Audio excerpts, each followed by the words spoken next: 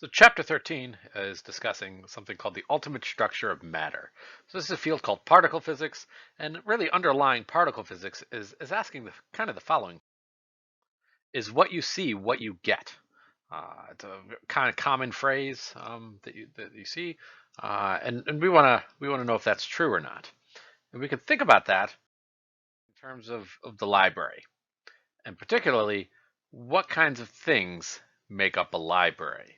So we can see this picture here. This picture has a lot of different features. It's a very nice, very ornate looking library. And if I asked you what kind of things do you have inside of this, you'd probably start shouting out answers, something like a shelf, lots of bookshelves. Modern library, you might have a computer or multiple computers. You might have 3D printers. You might have librarians, hopefully. But none of these are really the structure of the actual library itself, the essence of what the library is. What the library really is all these things that are on the shelves, all these things that the librarians know how to find. The real essence of the library is books. So in some sense, books would be kind of the simplest description of a library, potentially. But what we can see closer, the library, a superficial description, would really be books. This seems like the simplest explanation, but we can take book and we can break it down and make it simpler.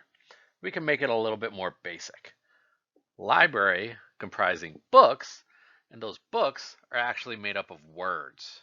And those words are all organized according to grammatical rules. But words, still not the simplest explanation, still not the simplest way that we can describe a library. We can go simpler.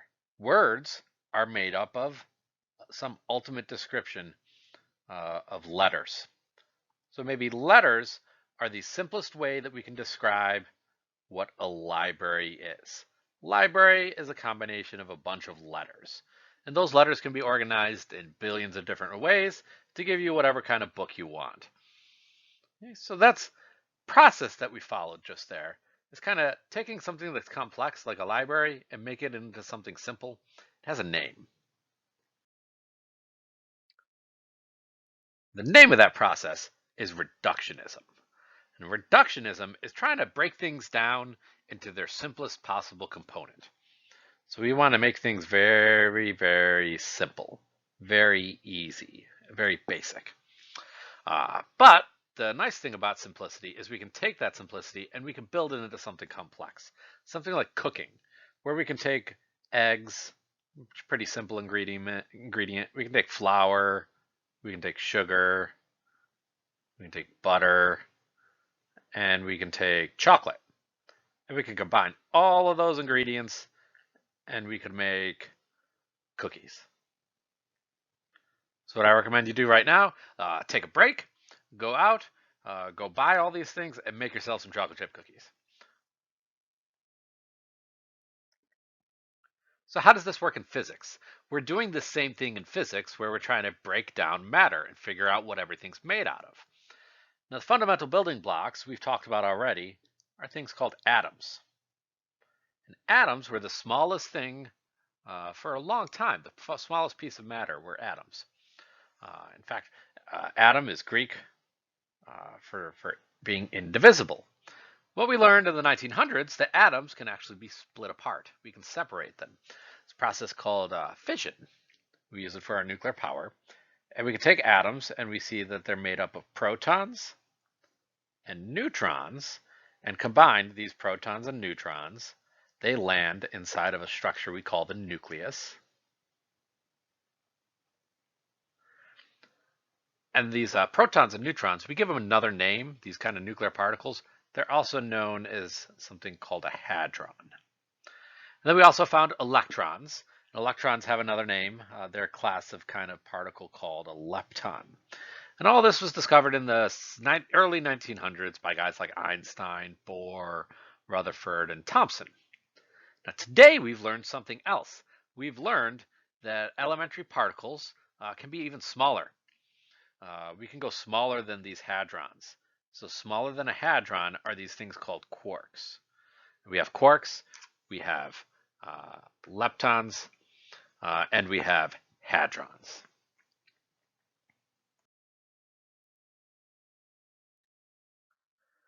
So the fundamental building blocks of the universe, these have changed.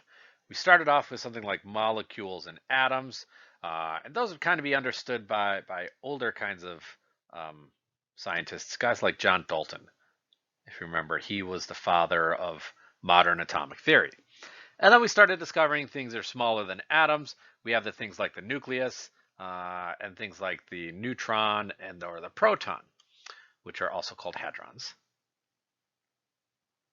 These are two flavors of hadrons. And these two things we kind of discovered from scientists like Rutherford maybe, and some other scientists, guys like Thomson, J.J. Thomson, discovered these kinds of things.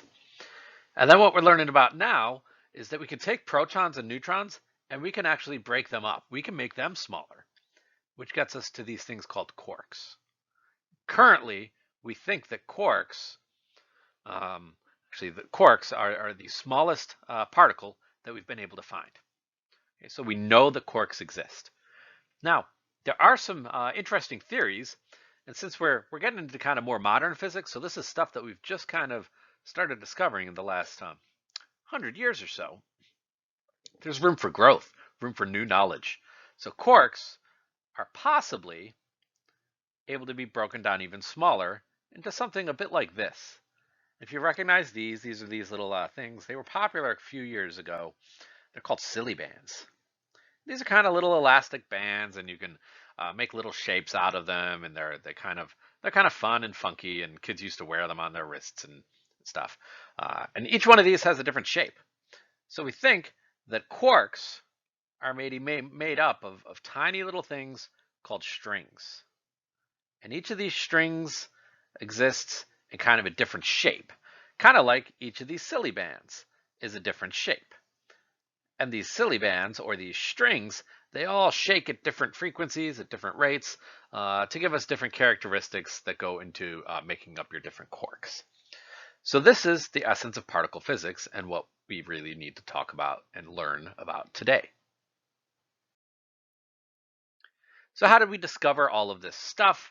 Well, we know some of it. We know that protons and neutrons were found, Bohr and Rutherford.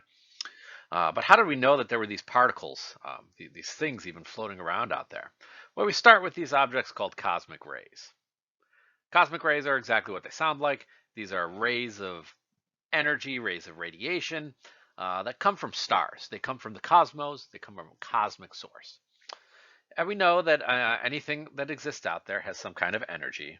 And we can quantify that energy equals mass times the speed of light squared equals mc squared. What scientists did is they took these big lead sheets, trapped inside of something called a bubble chamber. And they took these up to the tops of mountains and they held them up. And what they noticed were there were these things called cosmic rays. And these cosmic rays, they would smack into these lead sheets. And when they did that, one cosmic ray, so something like this, would smack into the lead sheet, and there would be a big explosion of particles, and it would get turned into a whole bunch of different particles. And each one of these particles would be completely different than the one that it initially started off with. So maybe one cosmic ray turns into a yellow particle, an orange particle. Maybe there's a couple of blue particles, and those blue particles are different colored blue. And we just get this spray of particles. We completely destroy this cosmic ray by smacking it into this lead sheet. Now, these cosmic rays, they're coming from space.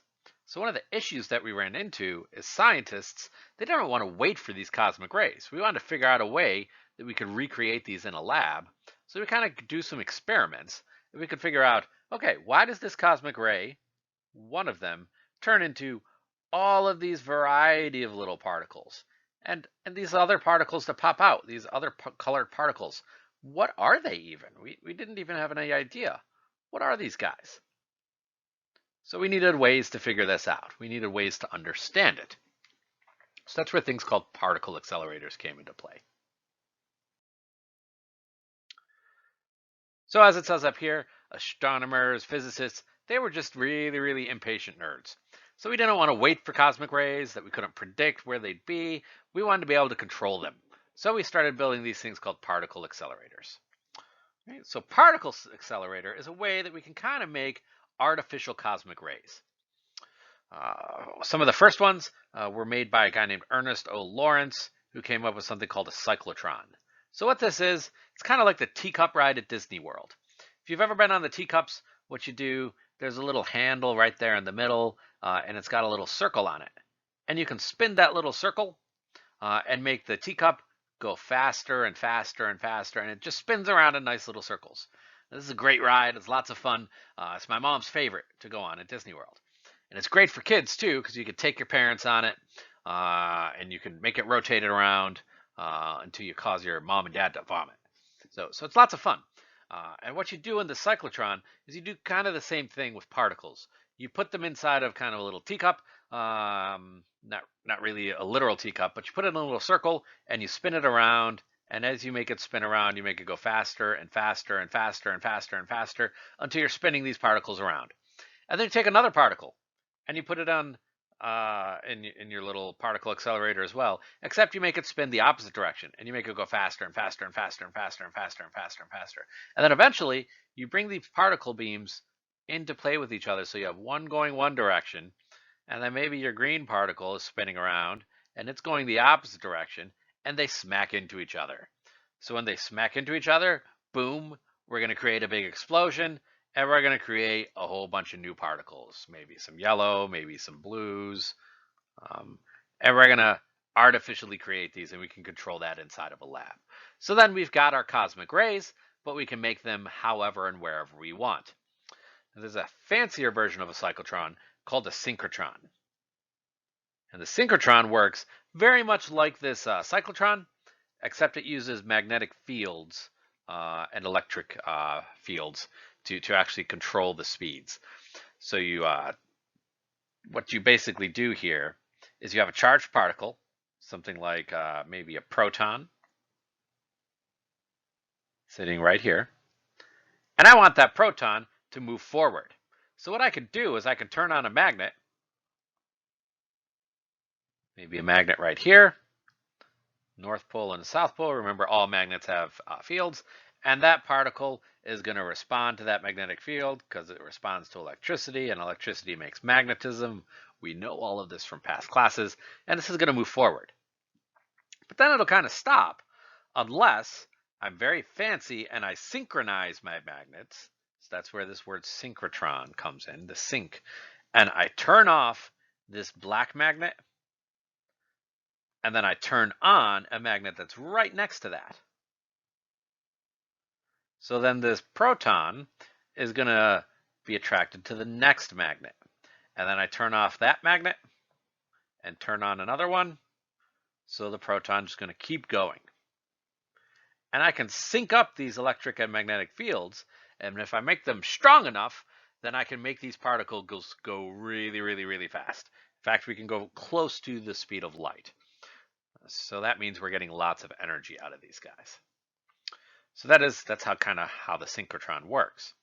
And we use this to study particles and figure out what protons and neutrons are made of, to find these fundamental building blocks. So some examples of some particle accelerators. We have this one. This one is a linear accelerator. And what this one does, it just shoots particles in a straight line. So it goes straight forward. So we can't get these quite as fast because we're not sending them around in circles. We just shoot it in a straight line. We also have cyclotrons. So cyclotrons are things like this, where the particles just go around in a circle and they move faster and faster. And then we also have big giant ones like synchrotrons, which is this one down here. It's the most famous particle accelerator in the world. It's underneath the border between Switzerland and France. It's actually called the LHC, the Large Hadron Collider. And this is where we do a lot of particle physics. We smack things into each other really, really fast and try to get particles to explode and create new little sprays of particles. Something interesting about this LHC, it's actually so powerful that when they run it, they have to kind of send out little letters So they write little letters out, and then they send them away um, by owl. So we have a little owl that flies out, and that little owl will fly and take this message out to people in Switzerland and France. Um, Harry Potter reference if you don't get that.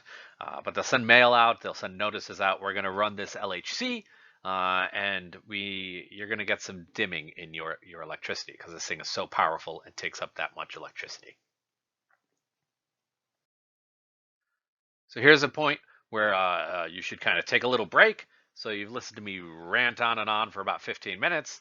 What you should do is kind of exit out of this, and you should kind of watch a couple of extra videos. So there's a video on particle accelerators. This one will describe the different types and how they work. And then after that, you'll have another video. This one is all about the Large Hadron Collider. So you might have seen the Large Hadron Collider. It's been in movies. If you've ever seen the Da Vinci Code, this is Tom Hanks from the Da Vinci Code, where they actually visit the Large Hadron Collider, and it really is quite large. I don't know if you can see it, but if you look really, really, really close, see that little thing right there? That is a person. So this accelerator is super, super big, which is kind of insane considering that the particles that you're shooting through are protons and neutrons. We are not shooting gigantic things in this accelerator. These are super tiny subatomic particles, but it has to be so big so that it can control all the machinery and control where your particles are going super, super precisely and actually make measurements of what you're doing. So the video that you should watch for this is coming up on the next slide. And this one is something called the LHC wrap. The person that wrote it actually decided to leave science, leave a research career in science to actually do more of these kinds of outreach videos. So it's world famous throughout the world around physics circles, and students lament that they have to watch it. It's a little cringy, but the information that's in it is really, really great. It actually covers everything you need to know about particle physics in the span of about 5 minutes. So it's a nice succinct introduction to how particle physics works. So once you've watched that video, come on back and continue watching this lecture.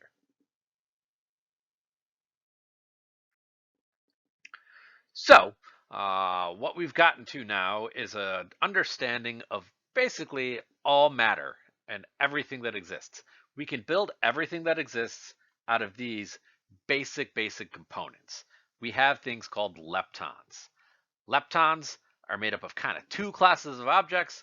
We have electrons, which are one flavor of lepton, and then we have these things called neutrinos. And neutrinos are a different flavor of lepton. We have different couple other different types of leptons that we'll get into in a moment. And then we also have a different class of object called hadrons. Okay, so hadrons comprise a bunch of different particles. There's things like protons, things like neutrons, and things like gluons. So if we want to try to come up with an analogy, we could think of leptons and hadrons are kind of two different types of desserts. So maybe a lepton is a type of frozen yogurt. And frozen yogurts have lots of different flavors, like maybe electrons and neutrinos, whereas hadrons would be kind of like ice cream. We have a lot more different types of ice cream than we have for frozen yogurt. And the different flavors of hadrons or flavors of ice creams would be things like protons and neutrons and gluons. Okay, and now these hadrons are actually made up of smaller ingredients. So this is like the sugar and the milk and the different kinds of things that you can put into your ice cream. And these smaller things than hadrons are these things called quarks. So quarks are what make up hadrons. And quarks are basically the smallest fundamental building block of matter that we know of currently. And we can describe everything with just these particles. We'll get to it in a moment, but this is something called the standard model of physics. And we can build anything out of these kinds of objects. And what we recently, not so much recently, but in the last 100 years or so discovered is that every single one of these particles, they also have something called antimatter that goes along with them. So the same particles as you see listed up above, but they have a charge that's opposite to what you get from regular matter. So we know we have electrons, for example, and electrons are negative. If you take an electron, take a particle that has the same mass, everything else looks exactly the same as the electron, and you give it a positive charge, that is antimatter. So positron is the antimatter version of the electron. We could take all these particles and build, again, any kind of thing that exists in nature, anything out there, because these are the fundamental building blocks of atoms. So how do we discover some of this stuff? Well, we start with discovery of antimatter. So we know about protons, neutrons, and electrons. And then there's this guy named Carl Anderson who did an experiment. He took his cloud chamber again, took it up on the top of a mountain, got a picture, and he saw that there was this particle path. So we crash into this little lead sheet, and what we noticed is there's particles that come spraying away. So we have maybe some yellow particles and some green particles, and all these different flavors of particles that are created. And what he noticed was there seemed to be two different particles that were made that kind of surprised him. He saw this electron, which he kind of expected, and the electron went in this little path and kind of curved up. And he could use this path and he could figure out the mass of this thing, how big it was, and all these other things.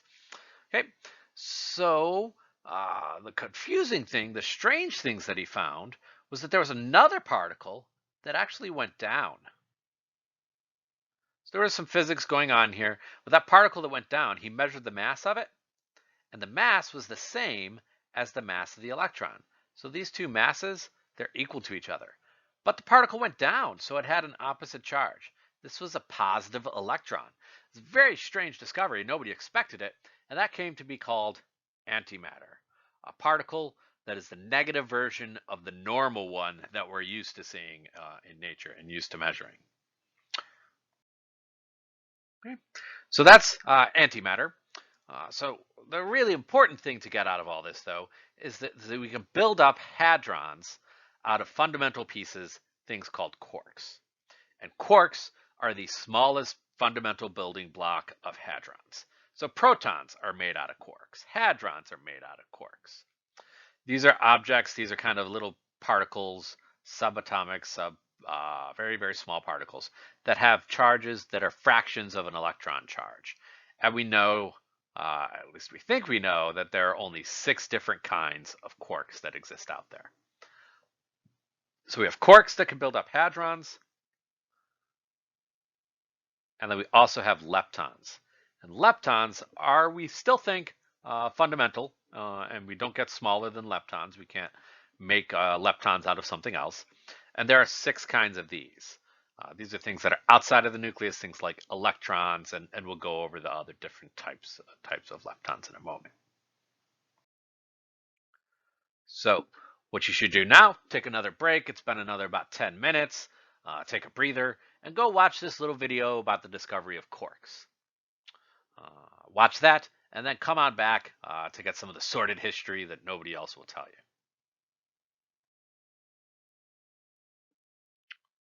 So welcome back. The kinds of sordid history of quarks that nobody kind of talks about, but it's kind of written if you dig a little bit for it, are the 6 different types of quarks and where they came from.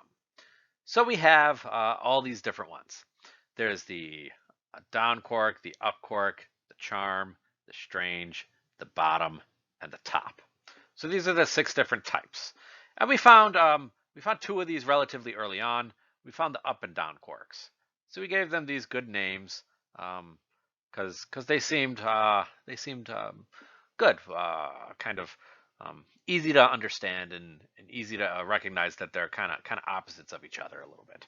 So we have the up quark and we have the down quark, and then there was theoretically another type of quark floating around out there, and this is supposed to round out our entire understanding of particle physics.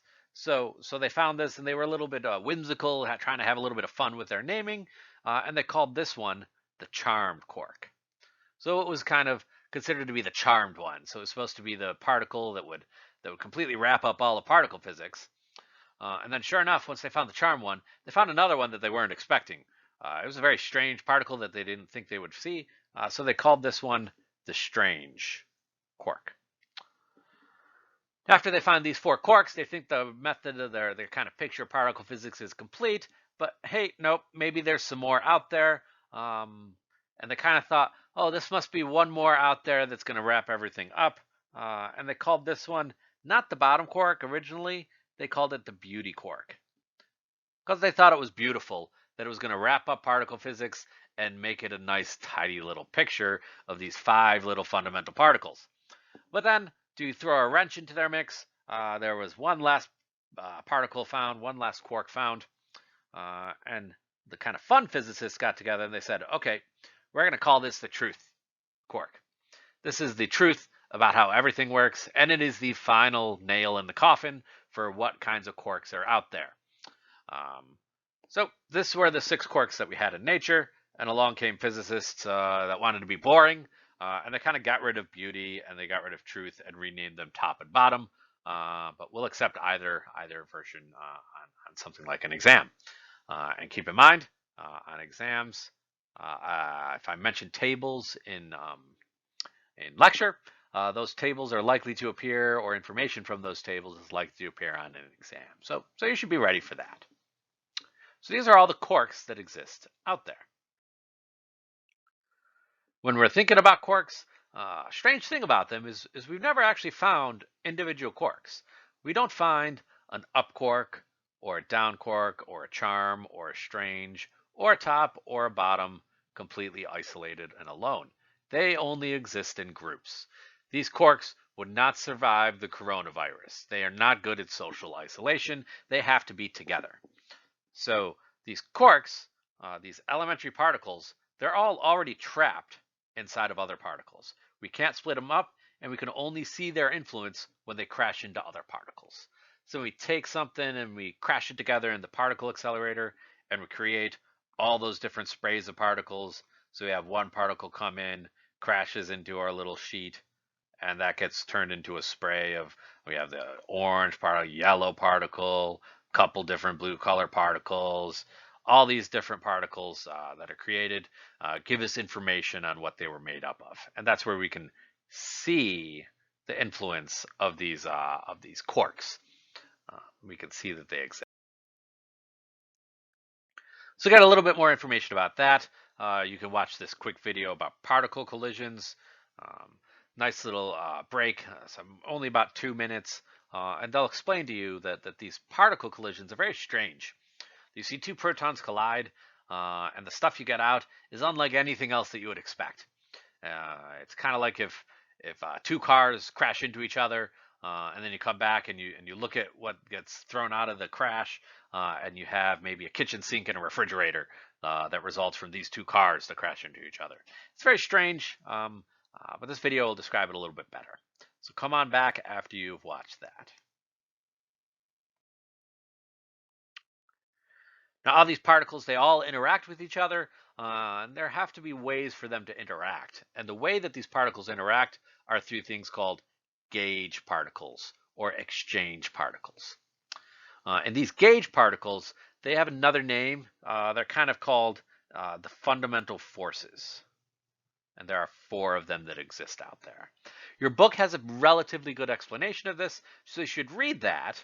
And if you have questions on the explanation and don't understand something, this is where in the online class, you kind of have to start submitting some questions. And you have to ask on the discussion board. So post some questions on the discussion board if you don't understand exchange particles, and I'll see if I can find a little more information, or maybe record a little demo or something to explain a little bit better what these exchange particles are. But again, the key concept that we want to get from this is that these gauge particles, they produce the fundamental forces of nature, of which there are 4 of them.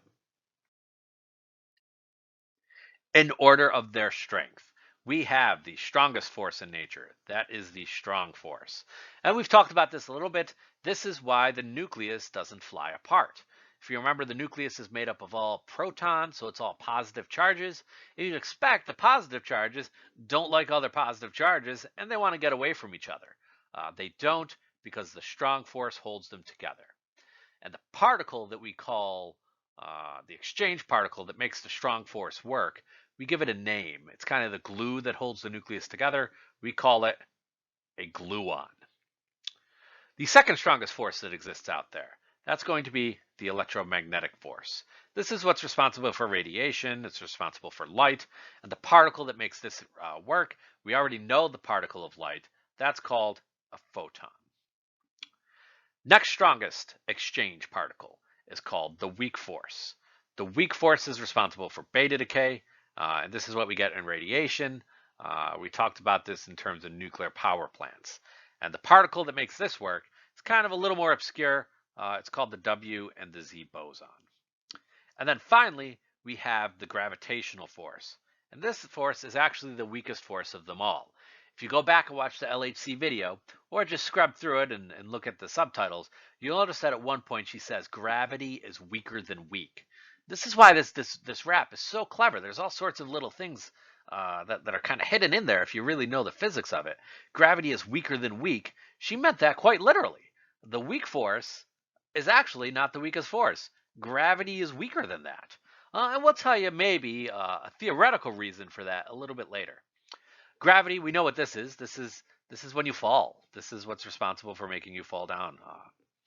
It's responsible for forces between planets. So gravitational force.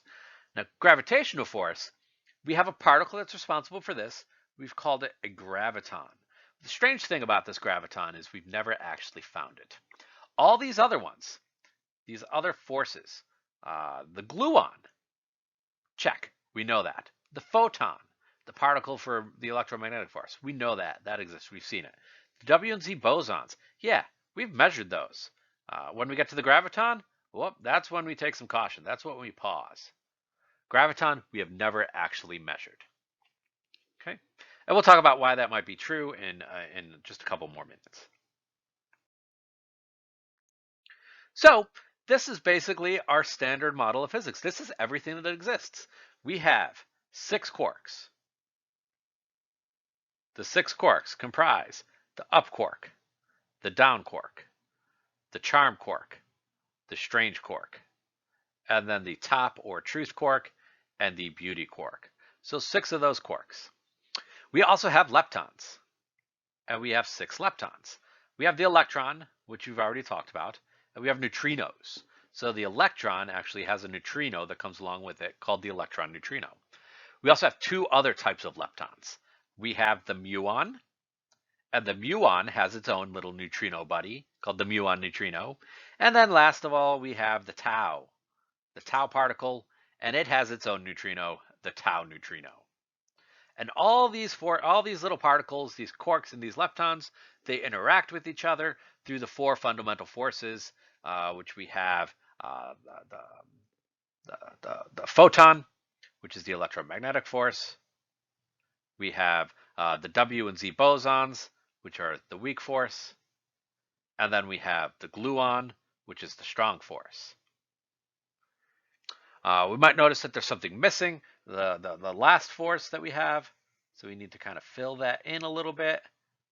And that last force that we're missing is the graviton.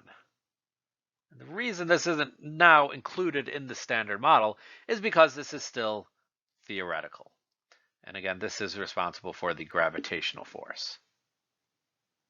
And then last of all, the last thing that's on this slide, we have this Higgs boson. So this is a nice little plot. I haven't seen a good updated one, but we need to update this ourselves and get rid of this yet to be confirmed, because we've actually found and measured this wonderful little Higgs boson. So the Higgs boson, now that we've discovered it, what actually is it? Well, this guy right here, this guy's name is Peter Higgs, and he theorized that there was this kind of particle, this kind of field that surrounds us and is responsible for mass actually existing, and that the way particles interact with this field determines how massive they are. And it's kind of hard to describe, kind of hard to picture, but if you're a Star Wars fan, it's kind of like an actual version of the Force. It's the real kind of physics manifestation of what the Force would be. There's an analogy that kind of won a big award. Actually, I think it was a bottle of champagne, and we'll show you that analogy on the next slide. In the form of a video. So you should go and watch this video, and this kind of describes the Higgs boson. This is another one where you might have some more questions on this. This might be a little bit confusing. So what you should do is you should go onto the discussion board, post some questions, and either your classmates or I can answer those questions and help out. So watch this little Higgs boson video, and then come on back and we'll wrap up with some very kind of exciting, kind of cutting edge theoretical stuff that's. And the exciting theoretical stuff is this thing called a unified field theory. So this idea is purely theoretical, and it's an idea that the four forces that exist out there, so the strong force, electromagnetic, the weak force, and gravity, are all actually just combined forces, combined into one. And at one time they were all the same. And this is actually predicted by something called string theory. So we talked about strings a little bit. These were the Silly bands. The idea that all particles, quarks, and leptons are actually made up of these smaller theoretical things, these strings that all come in different shapes. So maybe one string goes like this, one string looks like this, one string is like this, and all these different shapes combine to give us our different quarks or different particles that are existing out there. And the nice thing about string theory is, in theory, it explains everything. We can explain a whole bunch of things about nature if string theory is real. But the problem with that is it requires 11 dimensions.